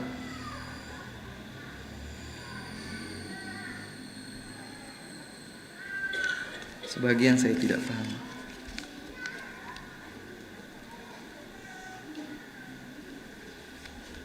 Ustaz tolong dijelaskan salat sunnah setelah dan sebelum salat wajib. Ini di luar materi kita, dan saya sangat menganjurkan yang bersangkutan untuk hadir di majelis fikih.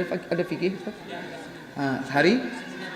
Hari Senin ya, nanti bisa dijawab panjang lebar. Tapi yang jelas bahwa kalau sunnah yang disebut sebagai sunnah rawatib, namanya adalah sunnah rawatib, maka disebutkan dalam hadis Ibnu Umar bahwa itu berjumlah 12. 2 sebelum zuhur, 2 sebelum subuh, 4 sebelum zuhur, berapa? 6. 2 setelah zuhur berapa? 8. 2 setelah maghrib jadi 2 setelah isya jadi. Itulah yang dirutinkan oleh Nabi sallallahu alaihi wasallam dan disebut sebagai rawatib. Adapun lebih lanjut secara detail insyaallah bisa ditanyakan pada sesi majelis ilmu fikih pada hari Senin di masjid ini insyaallah.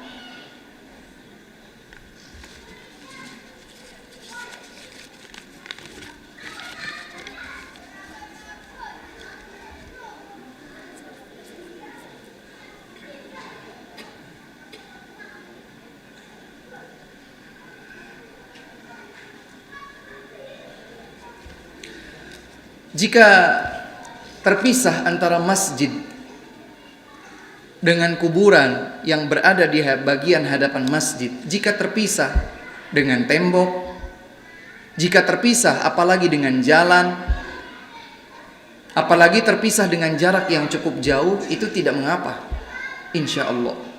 Tetapi kalau seandainya kuburan tersebut menyatu di dalam masjid,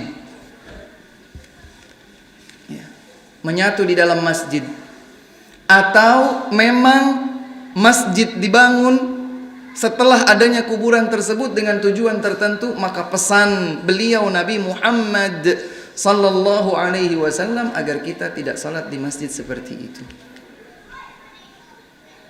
Ustadz, ini versi Ustadz atau versi siapa? Silahkan di cross check. Bagaimana cara meng-cross checknya Ustadz? Belajar. Di dalam Islam tidak ada yang tersembunyi, alhamdulillah.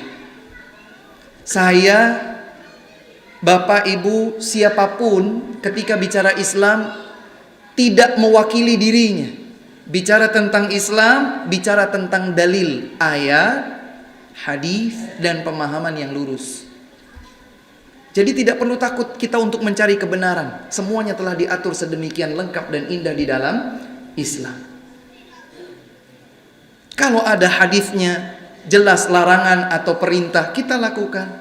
Kalau tidak ada keterangannya, maka kita tidak lakukan, apalagi kita yakini itu sebagai kebaikan ataupun kebenaran. Wallahu a'lam.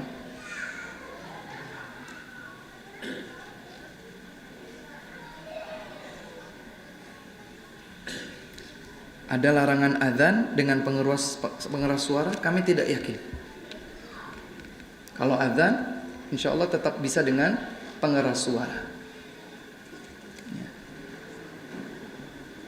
Kalaulah tidak dengan pengeras suara dan ada media lain yang bisa menyampaikan kepada halayak, alhamdulillah. Dan memang sejatinya azan itu sekira-kiranya adalah reminder, pengingat saja. Mestinya seorang muslim itu tahu perkiraan subuh, perkiraan zuhur, perkiraan, segera bersiap-siap untuk menyambut panggilan Allah Subhanahu wa ta'ala. Wallahu ta'ala a'lam. Ini yang dapat kami sampaikan, kurang dan lebihnya kami mohon maaf. Senang sekali, bahagia rasanya bisa berada di tengah-tengah hadirin dan hadirat sekalian. Alhamdulillah, kami menyampaikan sekali lagi terima kasih yang sebesar-besarnya kepada panitia penyelenggara, ya, yayasan sekaligus pengelola yang ada di yayasan dan Masjid Jabal Rahmah. Jazakumullahu khairan. Semoga Allah Subhanahu wa taala melimpahkan balasan kebaikan bagi antum semuanya di dunia dan di akhirat. Semoga semua pihak yang terlibat di dalam sukses acara kebersamaan majlis ilmu kita di malam hari yang berbahagia ini mendapatkan balasan pahala yang terbaik di dunia dan di akhirat. Hadirin sekalian, kita tidak tahu usia kita sampai kapan akan berakhir.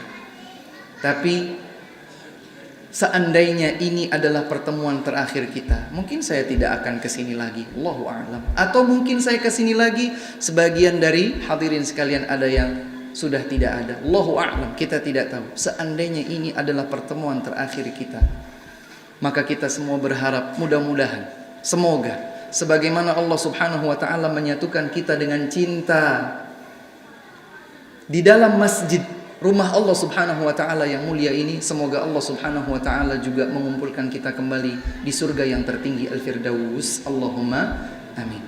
Yang benar hanya datang dari Allah, yang keliru adalah keterbatasan saya sebagai manusia. Jika terbukti keliru, buanglah jauh-jauh. Beralihlah kepada kebenaran yang ada dalam wahyu ilahi, Al-Quran dan hadis sahih Nabi Muhammad sallallahu alaihi wasallam. Kita tutup dengan kafaratul majlis. Subhanakallahumma wa bihamdika asyhadu an la ilaha illa anta astaghfiruka wa atubu ilaik. Assalamualaikum warahmatullahi wabarakatuh.